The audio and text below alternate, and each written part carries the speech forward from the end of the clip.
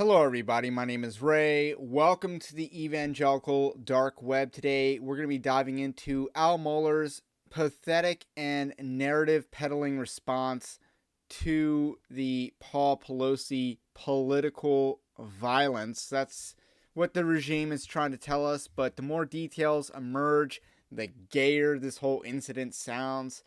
It definitely seems like some homosexual activity is going on in the House Pelosi. But we're going to see what Al Mohler says and how he kind of attacks the right using this incident.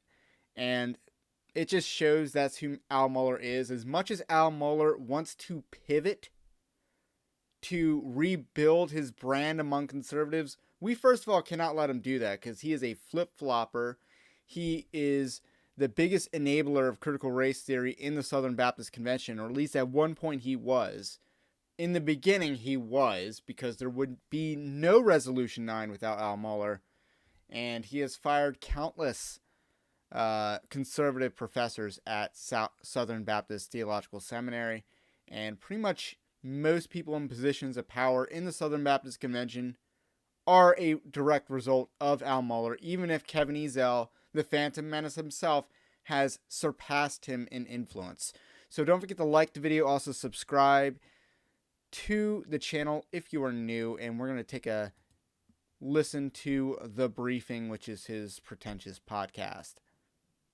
Come back to the United States, where sadly enough, the big story, politically speaking, in the United States in recent days has to do with an attack upon the husband of the Speaker of the United States House of Representatives. Now, the Speaker, of course, is Representative Nancy Pelosi, a Democrat of California, and with her district there in San Francisco, and her husband, Paul Pelosi, a businessman, both of them, by the way, are age 82, who in the early hours of Friday morning, San Francisco time, was evidently attacked by a man in his own home. The speaker, by the way, was back in Washington, D.C., who demanded to know where's Nancy, and by the time the police arrived on the scene, it was Mr. Pelosi who was being assaulted by the man who was eventually arrested for the crime and accosted by police.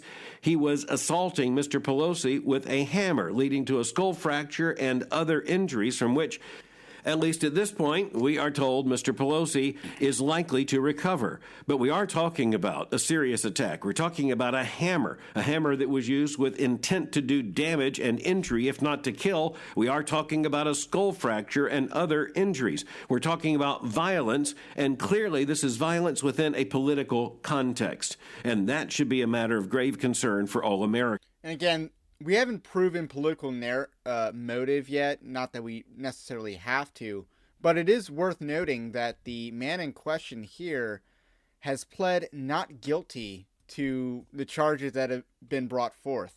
And it looks like they're going to try to railroad him. And maybe he deserves it, but again, the details that are in this situation are very suspicious. The official narrative that they want us to adopt is that the Pelosi's have no security, and, no security, and this stuff just happens because it's San Francisco. That's kind of the narrative, and he's a crazy guy from San Francisco. That's the narrative that they want us to run with, because at first it was kind of like he was a right-wing guy, but as the details emerge, he's not that. Pretty gay. It's a pretty gay situation, but you're not going to hear Al Mohler go against the grain of the liberal media on this situation. For one thing, let's just look at the actual fact. If all we know is that an 82-year-old man was assaulted in his home by a man with a hammer, well, that's actually all we need to know to understand that we're looking at an evil act. Now, the fact is, we don't know everything about what took place in San Francisco over the hours of Thursday night and Friday morning. The story does not yet come clearly into focus.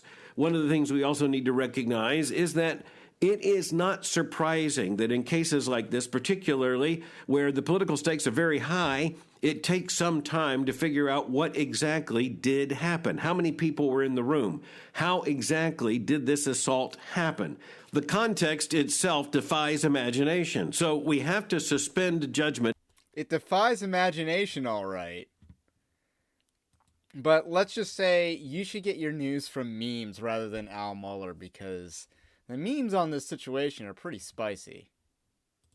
In some sense, until we have further information about exactly how all this happened. What exactly was the sequence? What exactly happened, at least insofar as it can be reconstructed step by step? What explains how the police got there at exactly this moment? There are all kinds of issues that just simply have to be answered, and eventually they are likely to be answered. But right now, here's what we're looking at. This is an act of violence undertaken within a clearly political context. We may find that there is more to the situation than that, but at the very least, we know there is not less to the situation than that. So morally speaking, Christians are intellectually accountable to deal with what we do know. And by the way, so that's where I want to leave off with this portion. Now we're going to go to another portion that's like 8 minutes past this, because he goes on for a very, very long time about this, because he wants to read the Washington Post and the Wall Street Journal, two left-wing news sources. And I do not consider the Wall Street Journal to be right-wing. But he goes to those people to read their editorials on the situation. And I gotta say, who cares? But nonetheless, he's talking about Christians are morally accountable for the information that they know and trying to apply that to the situation. Which, that's news to me, with all this talk about COVID amnesty. Yeah. About that statement, Al Mohler. But anyway, what we do know is that this situation is highly suspect. What they're telling us is probably yet another lie. This is the Pelosi family we're talking about, political dynasty we're talking about.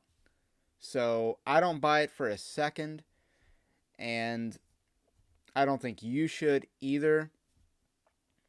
Now, there actually have been apparent instances of political violence in the culture, but I believe the Senate candidate in New Hampshire was assaulted in some capacity, and someone was arrested for that.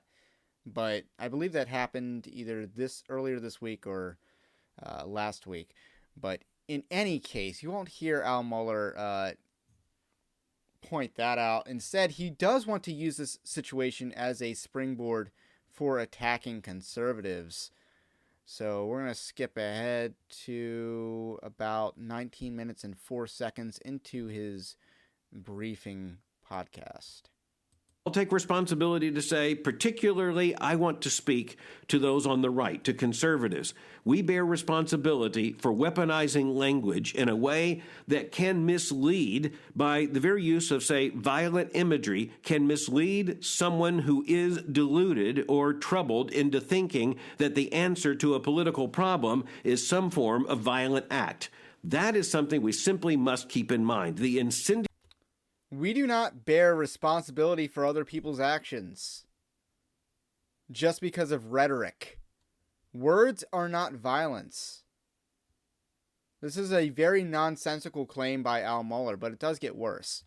Context of social media, many of the memes and themes and much of the language that is being used is not going to age well. And it just might serve as a reminder that we had better watch our language. We must take ideas seriously. We must hold to our convictions tenaciously. We must advocate for our own political party and candidates and the positions we want to see enacted in law. We must see our moral convictions articulated and defended.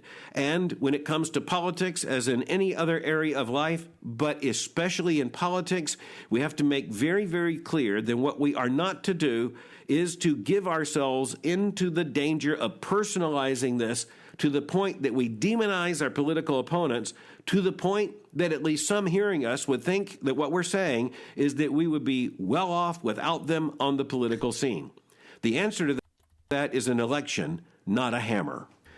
And let me respond to that. That is exactly what this is. That is the times that we are in. The times that we are living in, Al Mohler, are personal. When they want to lock you in your house, when they want to stick a poisonous needle in your shoulder. It's personal.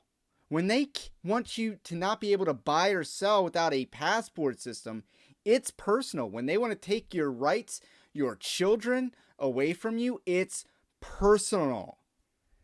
You can't separate this.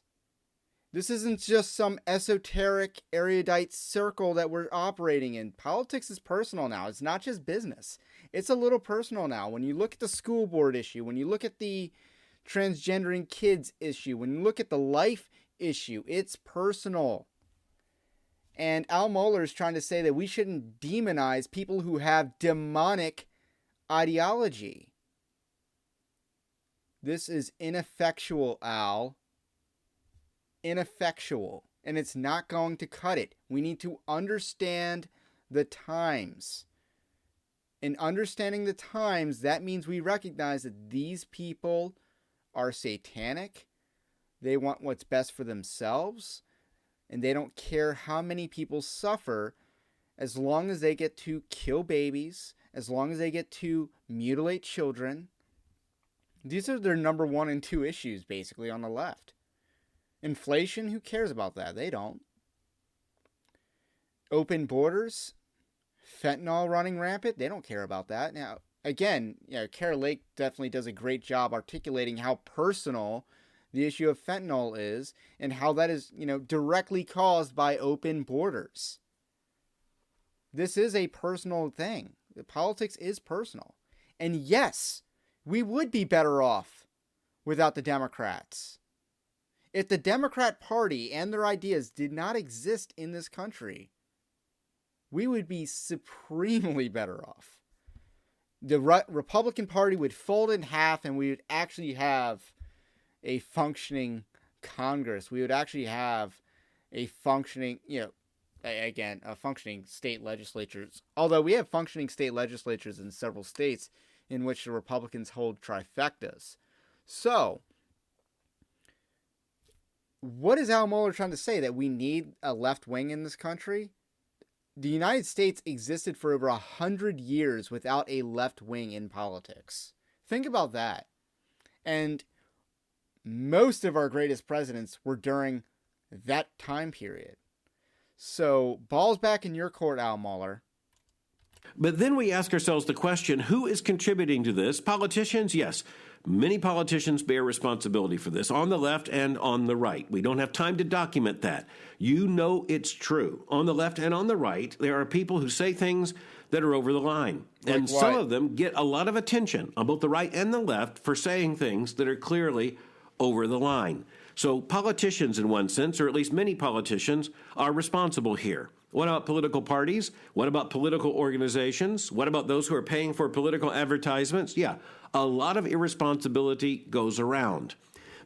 So that's the last of the clips I want to show you from good old Al Mohler, as he's back in the old form of coddling left and punching right. That is what Al Mohler does. That is his M.O. Hug right or hug left, maybe make out a little bit, but punch right. That is who Al Mohler is, and that's what he does. He is a gatekeeper. So that's really all I got to say about that. Again, if you don't believe the whole Nancy Pelosi narrative, definitely hit the like button and subscribe to the channel. Let me know what you think about what I think, and I will catch you on the next one.